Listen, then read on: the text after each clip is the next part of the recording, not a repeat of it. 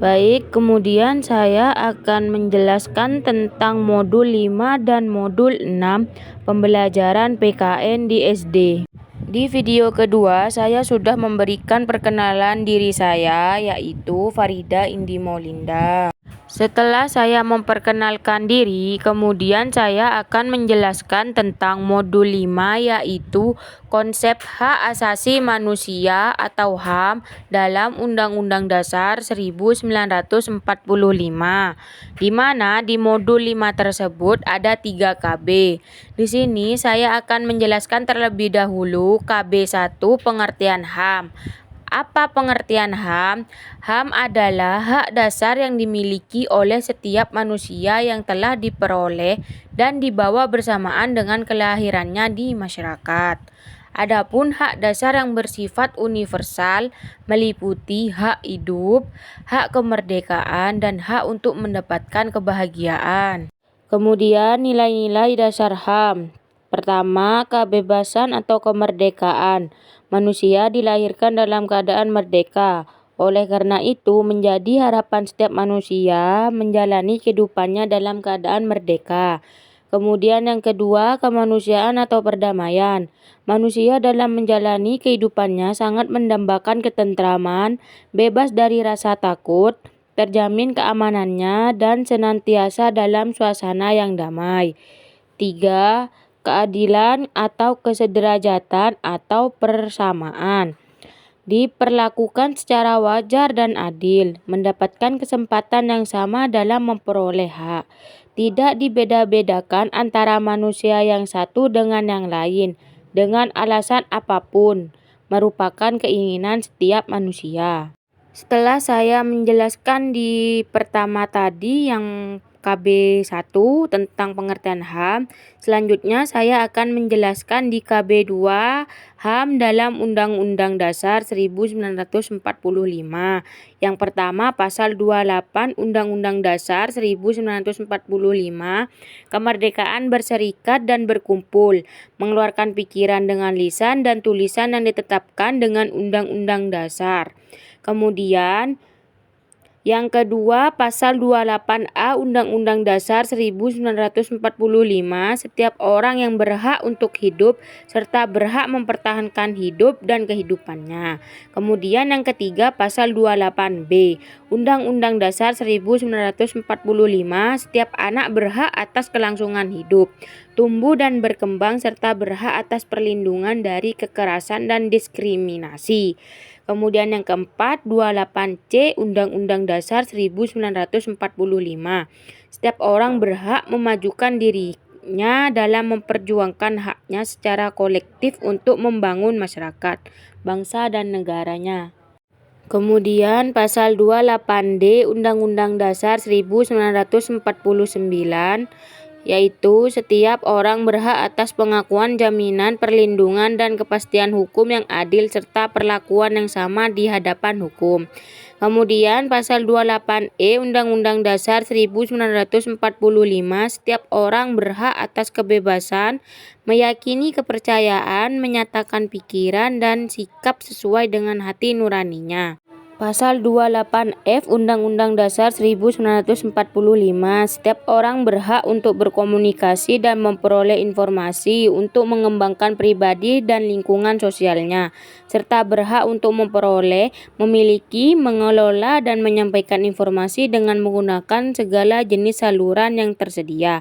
Kemudian pasal 28G Undang-Undang Dasar 1945, setiap orang berhak untuk bebas dari penyiksaan yang merendahkan derajat martabat manusia dan berhak untuk memperoleh suaka politik dari negara lain. Kemudian pasal 28H Undang-Undang Dasar 1945, setiap orang berhak mendapatkan kemudahan dan perlakuan khusus untuk memperoleh kesempatan dan manfaat yang sama guna mencapai persamaan dan keadilan.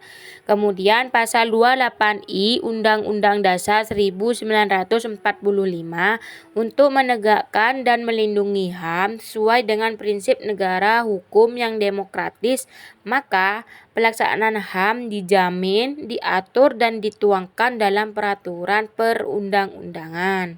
Kemudian pasal 29 Undang-Undang Dasar 1945, negara menjamin kemerdekaan tiap-tiap penduduk untuk memeluk agamanya dan beribadah menurut kepercayaan masing-masing. Kemudian pasal 30 UUD 1945, tiap-tiap warga berhak dan wajib ikut serta dalam usaha pertahanan dan keamanan negara. Kemudian pasal 31 Undang-Undang Dasar 1945, setiap warga negara wajib mengikuti pendidikan dasar dan pemerintah wajib membiayainya. Kemudian pasal 32 UUD 1945, negara memajukan kebudayaan nasional Indonesia di tengah peradaban dunia dengan menjamin kebebasan masyarakat dalam memelihara dan mengembangkan nilai-nilai budayanya. Kemudian pasal 33 UUD 1945, perekonomian disusun sebagai usaha bersama berdasarkan atas asas-asas kekeluargaan. Pasal 34 UUD 1945, negara bertanggung jawab atas penyediaan fasilitas pelayanan kesehatan dan fasilitas pelayanan umum yang layak. Kemudian di sini saya akan melanjutkan KB 3, yaitu tentang kasus-kasus yang berkaitan dengan HAM. Untuk melihat kasus-kasus pelanggaran HAM di Indonesia, perlu dipahami lebih dahulu tentang ciri-ciri pelaksanaan HAM. Dapat menilai apakah telah terjadi pelaksanaan jaminan HAM atau belum. Kemudian saya akan melanjutkan modul 6, konsep penegakan hukum di Indonesia. Modul 6 tersebut di sini ada 3 KB yang akan saya jelaskan. Terlebih dahulu KB pertama, pengertian hukum. Pengertian hukum menurut para ahli. Hukum adalah himpunan peraturan-peraturan hidup yang bersifat memaksa, berisikan suatu perintah, larangan atau izin untuk berbuat atau tidak berbuat sesuatu serta dengan maksud untuk mengatur tata tertib dalam kehidupan masyarakat. Kemudian B, konsep negara hukum menurut para ahli.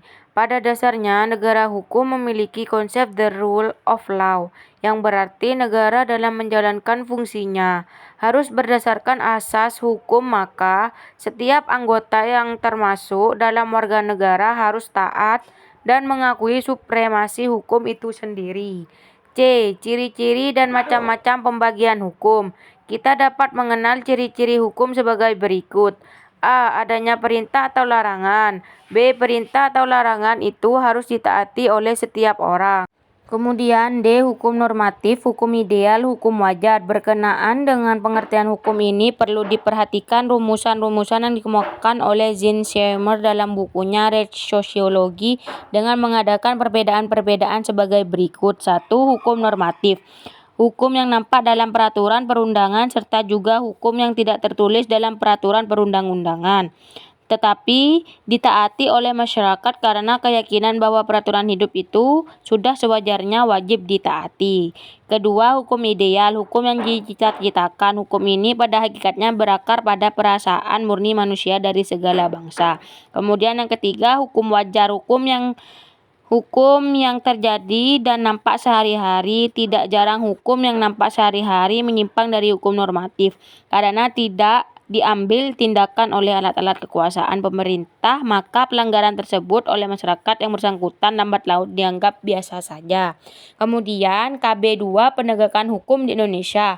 A. Kepolisian. Kepolisian negara adalah alat penegak hukum yang terutama bertugas memelihara keamanan di dalam negeri. B. Kejaksaan. Kejaksaan adalah lembaga pemerintahan yang melaksanakan kekuasaan negara di bidang penuntutan.